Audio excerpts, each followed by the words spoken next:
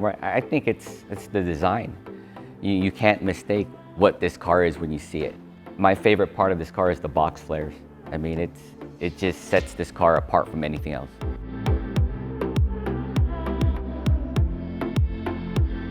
In my family, there's 9 Rays. We all go by nicknames, that's why you know me as Rex, but my real name is Ray. I'm actually Ray Landero the 4th. My son is Ray Russell the 7th. Growing up, you go to a toy store, and the thing that I'm drawn to are these little Matchbox cars. I used to beg my parents, can I get one? Every time we would go, so they get me one, and every time we go, get another one. And that was the one thing I always wanted, those little Matchbox cars. You know, the Hot Wheels, they had that little wheel that you could put cars in it, and I got one of those, had to buy another one, you know, it was just something that I love to do.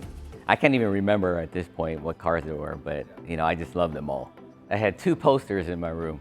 One was a white 930 Porsche turbo, slant nose, cabriolet with red interior, I still remember it. And the other one was a Lamborghini Countach. Honestly, my relationship with BMW wasn't too far back. I grew up always wanting a Porsche. Being in Southern California, you go to all these car meets, and you get into the car culture and you are exposed to all these different types of cars.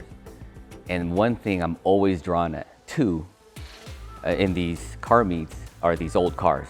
I could see a new Ferrari, new Lamborghini, and I'll walk right by it. But I'll go see an E30 and I'll go straight to it. And so going to these car meets, I really developed an appreciation for BMW. And going back to these cars are a reflection of the person. A lot of times you know the car, but you don't know the guy. You know, I always joke with people I meet at these meets, it's like, oh, I know the car, but I don't know you. So it's good to have an IG name to a face. But it's just a mutual admiration for the build. You have this expectation about how the car drives. And to be honest, when I got into this car, this is the first M3, E30 M3 that I've ever driven. And when I went to go look at it, I just test drove it. And to be honest, I was underwhelmed because you hear these stories, you know, most winningest car in DTM history, you know, and you're expecting this full-on fast car. You get into it and you're like, you know, it's barely moving. And you're like, you know, what's going on? And the guy I was talking to, a good friend of mine, Joe, he told me, you know, to really appreciate this car, you got to get it up into the canyons because this is where that car was built, you know. For the track, for the canyons, for the twisties. It's the suspension, it's the handling that really brings this car to the top. I always say, when I let my friends drive it, I'm like, don't expect too much. So I would say underwhelmed until you become overwhelmed when you really feel the car. So I don't know, it's hard to explain. Getting this car was definitely a sense of accomplishment because I never thought I would be able to have one. And, you know, going back to how I acquired it, I mean, it kind of just fell into my lap. Like I said earlier, you know, going to these meets, you have this appreciation for BMWs. And I was like, you know, I seen one at Beamerfest, and I was like, I'd love to have one of these one day, right? And I have a good friend of mine, Joe, owns the M Shop out in Eagle Rock. And he comes across these cars just being in the, you know, being around BMWs all the time. I said, you know, if you ever come across one, I might be interested. And so, you know, these days, you're scrolling through IG. He posts a picture of a red E30 M3. I, you know, responded on his picture. I said, nice ride, is it for sale? LOL, laughing. And he responds, you should come check it out. I was like, all right. Weeks go by, months go by, and I see him at a meet. I said, Joe, what's up with that E30 M3? He was like, well, he told me a story about it. I just picked this up. It's a one-owner car. And he goes, if you're interested, I'll sell it to you. But if you're not gonna buy it, I'm not gonna sell it. I'm gonna keep it. I said, well, let me think about it. Because I didn't, you know, at that time, I didn't have the money for it. So, and then at the same time, the market's just going crazy on this car. I would say about 6 months passed. I said, you know what? Let me take a look at it. I hadn't seen the car in person yet. Saw the car, we did the test drive, underwhelmed, like I said. I said, you know what, let me think about it. Another few months passed and I couldn't stop thinking, I need to own this car. And so it finally happened. I said, Joe, I'm gonna do it. Me, I love cars and I love modding cars. And I've been told that you can't drive anything stock, and it's true. And the moment I got this car, I already knew what I wanted to do to it. You know, my wife has a newer BMW, and you know, I always say I could drive that car sleeping. This one, you got to be a little engaged. You feel everything, you hear everything.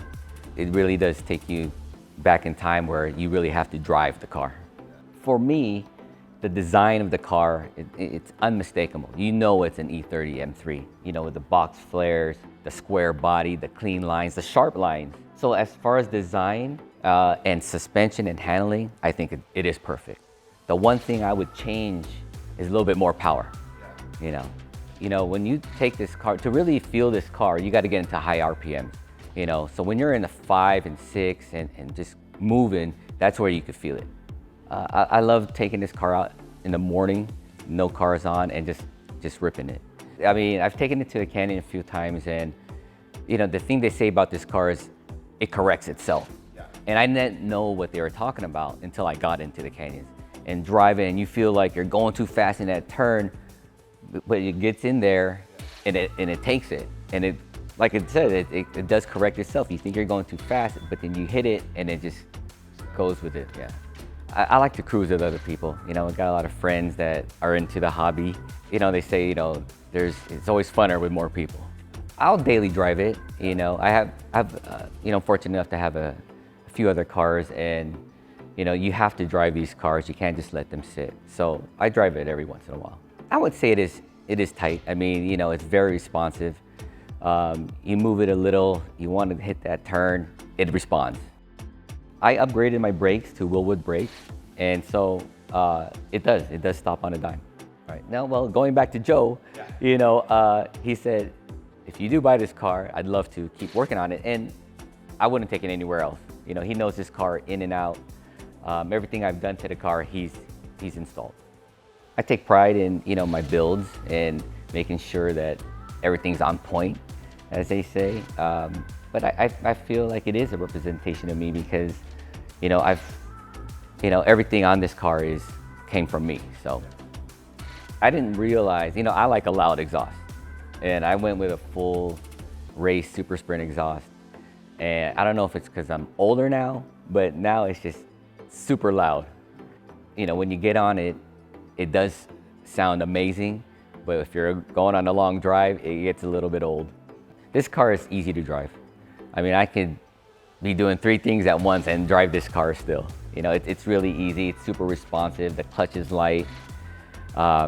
It's easy to drive. Every time I take this car out, I always get at least 2 or 3 thumbs up or a nice car. I've even had a guy tell me, roll down my window, I want to buy your car, and offered me 50 grand just to buy the car while we were at a stoplight. I've actually taken this car on a track once where I tried to drift, and I, you know, just too scared to do it. Oh, it was fun. No, it was easy. It was easy. I mean, taking this car, you know, like I said, on the turns where it's really known for, and really feeling the handling, it handled well.